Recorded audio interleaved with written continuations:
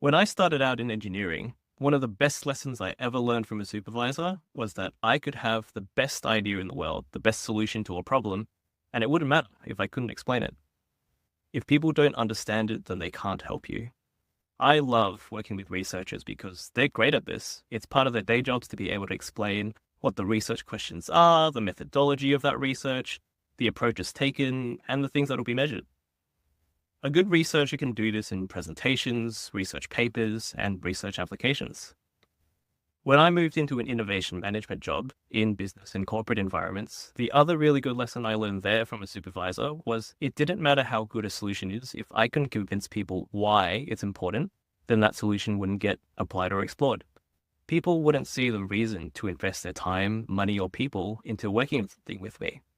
In the cooperative research world, when it comes to engaging with industry and securing their investment and interest, the best researchers that I've seen really nail being able to explain not just the solution, but why that solution is important to the industry.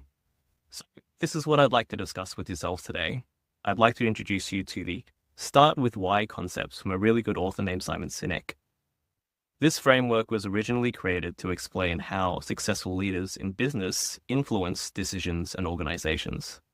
Today, we're going to talk about how the Start with Why concepts can be applied to research and hopefully help you bring people along the journey that you want to take them on. And then for fun, we're going to talk about a situation where you might break these rules deliberately. Often when discussing research, we go straight to the important details like, what is the research? What is the approach, and is it sound? What kind of results do we want to see? If it's a fellow research audience, then that's fine, because often your fellow researchers will already understand the research and why it's important the same way you do. But to an external audience, especially a business audience, it might not be obvious to them.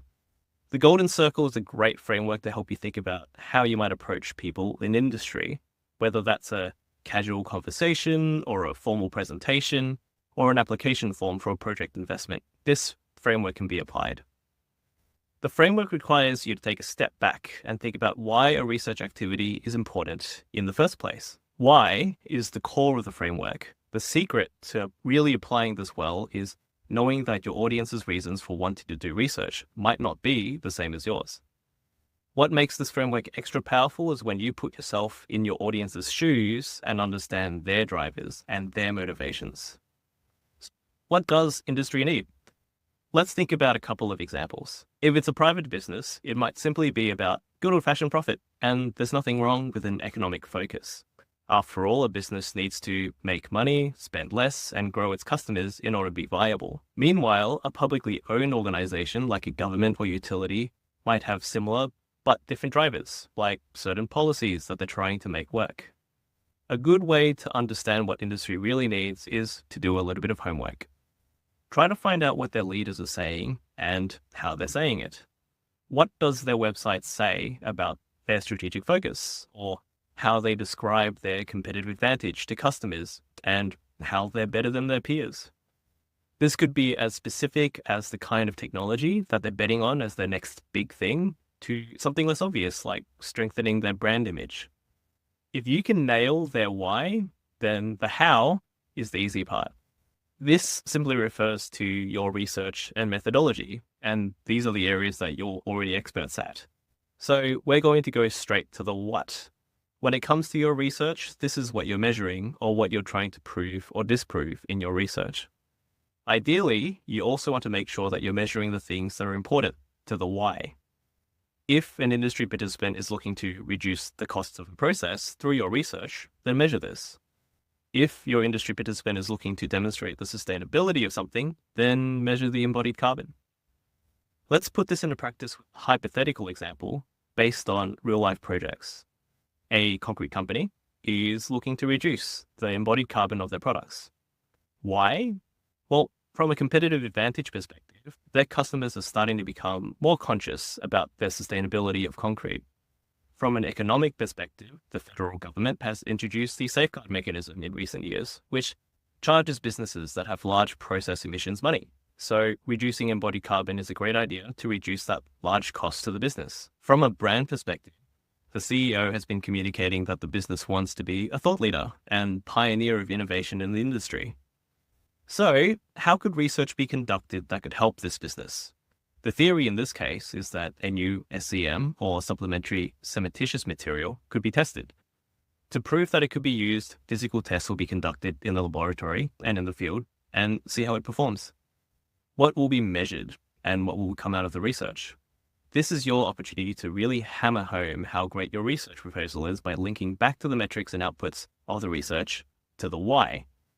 In this case, the output will be a brand new guideline that contains the strength and durability test results, which can be given to a business's customers so that they can have the information they need to make informed purchasing decisions. The guideline will also show the reduction in embodied carbon to showcase how sustainable this new SCM actually is. And the guideline has a cost-benefit analysis to show that this is just as economically viable compared to traditional concrete. This kind of narrative will show an industry participant that you really understand their needs. Now that we all understand the Start With Why framework, I'm going to tell you when it's important to actually break this rule, and that's in emails. It's safe to assume that people's inboxes are always very full, and the more senior somebody is, the less time they can spare to properly read every single word of an email. So emails are an interesting place to instead lead with the what and then follow it up with the why. Here is an example of an ineffective email. The text is too waffly, the point of the email is all the way down the bottom, where I've already lost interest and probably missed the point of the email before being distracted by something else that I'm doing. Notice the vague subject heading as well. A good email takes advantage of the subject heading. Not only do we get the point of the email straight away, a lot of people don't file emails away anymore and instead rely on search. Think about searchability for your subject headings. The point or the what of the email is up front, and then followed straight away with the why. So this is a scenario where it makes sense to break away from the Start With Why framework. So now I'd like to challenge you to apply this kind of Start With Why thinking in as many applications as you can, whether that's engaging with industry stakeholders in a research context, to asking your friends for a favor, or asking your boss for a raise. If you'd like more information about the Start With Why framework, I highly recommend jumping on YouTube and looking up Simon Sinek's TED Talk on this topic. Thank you, and I hope this has been a useful session for you.